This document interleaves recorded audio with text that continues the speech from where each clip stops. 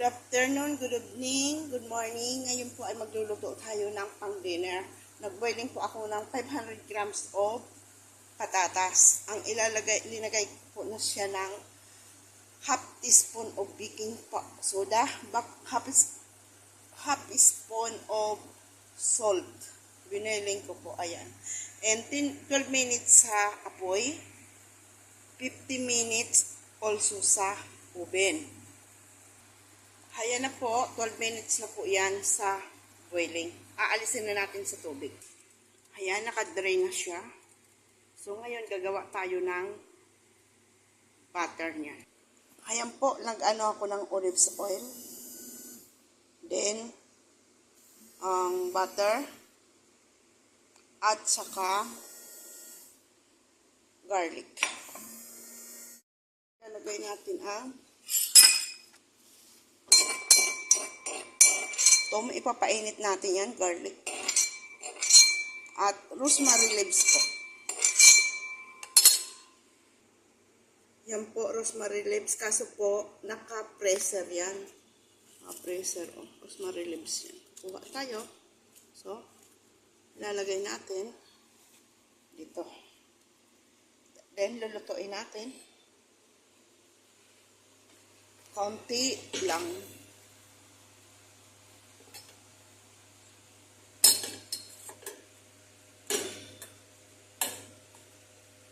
Pakaano po natin ito, isasala natin. Tapos magagawa tayo ng tunog ramit with yogurt.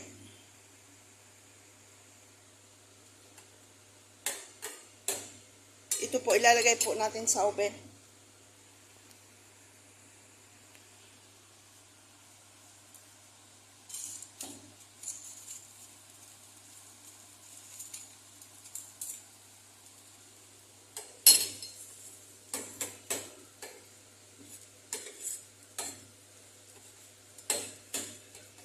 Basta po yung patatas, ikat natin na cube, yung katamtaman ng pagka-cube, like 2 inch ang cube niya. Tapos, ano po, i-boiling po natin siya ng 12 minutes. Lagyan natin ng baking powder or and then salt. Kung wala pong baking powder, huwag mo na pong lagyan, salt na ang important. Tapos maggawa tayo ng olives oil. Mga 1/4 cup po itong olives oil. Tapos mga 2 spoon na butter. Ayan. Tapos isang butil na bawang. Isang rosemary leaves na isang tangkay. Depende na po yan sa inyo kung mayroon kayong rosemary leaves. Pero kung mayroon kayo, mas okay, mas better kasi mas mabang po.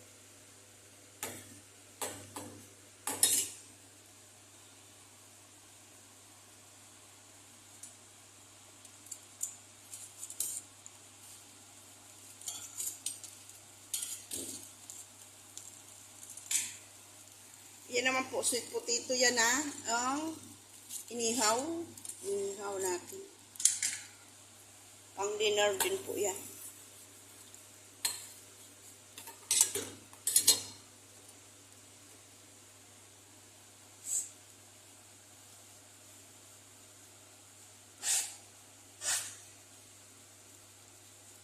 Pagpasensyahan na po nyo yung ingay kasi po exhaust pan yan.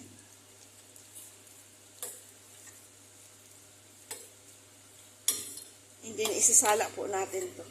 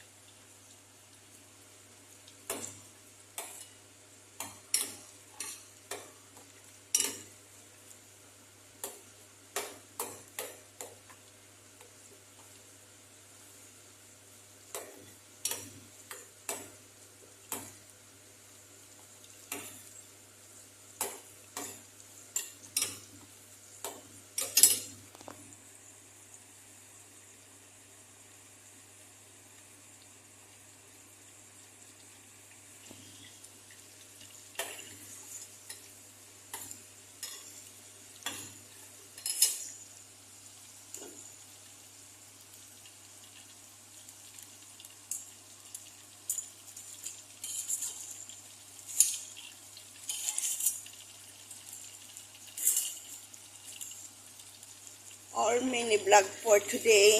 Pasupport naman po ng YouTube channel ko, Yolanda Eloterio. At pa-comment naman, like and share, pa-subscribe po. And pa-click ng bell button. And bell button pala. Sorry. Pa-click po ng bell button natin para po laging updated kayo sa ating mga post videos.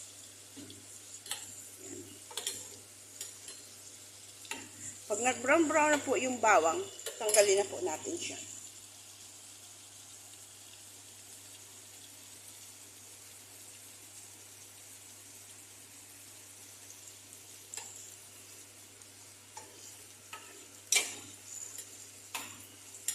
Ang bango ng amoy.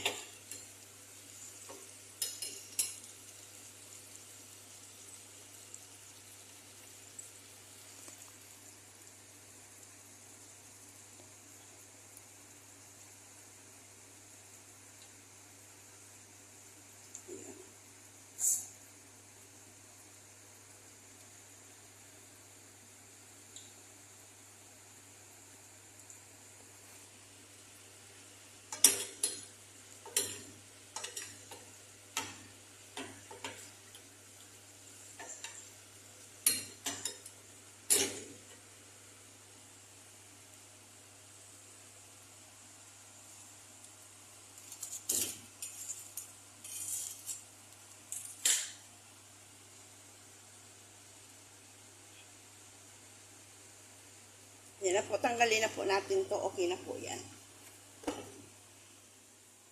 So, ayan, yan yung ano natin. Ito yung ano.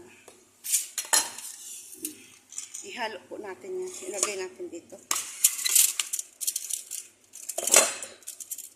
I-ubi natin to ng 50 minutes kung makasya. Kung depende na po yan sa kung okay na yan. Wag na po nyong ihintay na 50 minutes kung okay na po ang patatas nyo. So, ayan, lagyan po natin ulit ng rosemary leaves. At sasala po natin yung butter. Yun. Lalagay na po natin ito dyan. Para ho, yung bawang, hindi ho makasama. Pero po, kung depende na yan sa inyo kung gusto rin nyo isama yung bawang. Diba? Ayan. At ito yung olives. Ihalo-halo natin ito konti. Para ho, i-oven natin.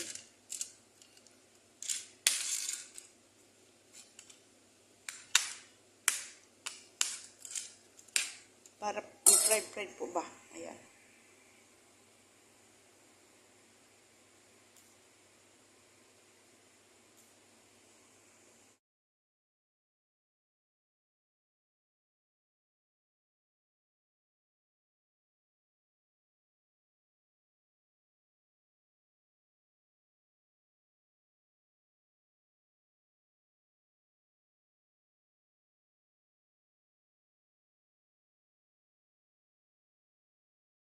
Lagyan po natin yun ng black pepper. Ayan. At may asin na po kasi yan. Kaya huwag na natin lagyan asin. Ayan. I-oven na po natin. Ito na po yung roman natin. Ang ponogramit. Tapos tayo ng yogurt. Depende na po sa inyo yan kung anong yogurt yung gagamitin nyo. Ito po may ready na ako ditong lemon at saka olives oil. May salt na po ito. So, ayan.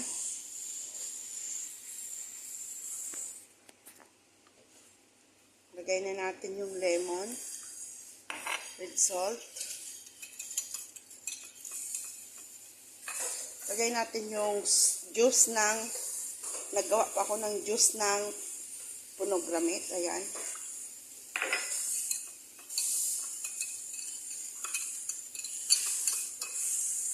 Ilagay na natin itong roman. Depende na po yan sa dami.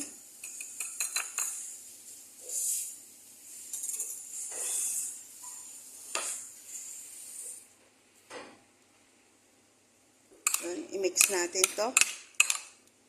So, ayan. I need that one. Don't throw. Try ulit natin yun. So, ayan, ang kulay niya.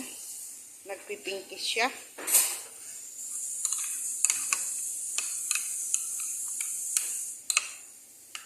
Test natin.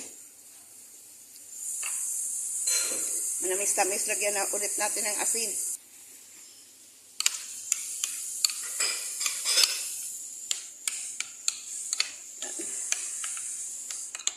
Test natin.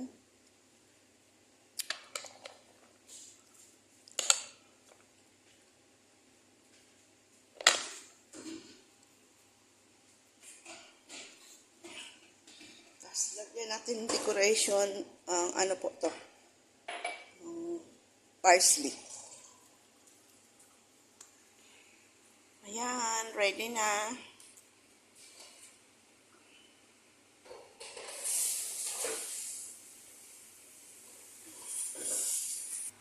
Ready na rin po ang ating sweet potato. Ayan. Ayan po, ready na po ang ating sweet potato. Inihaw po yan. Luto na po yan, oh. Mainit pa, umuusok pa.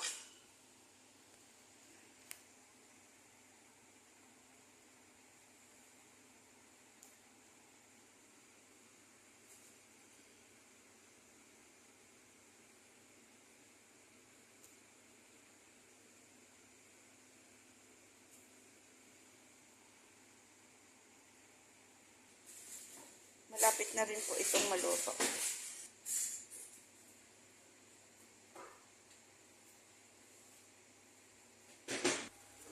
Open yan, oh. Sa taas lang.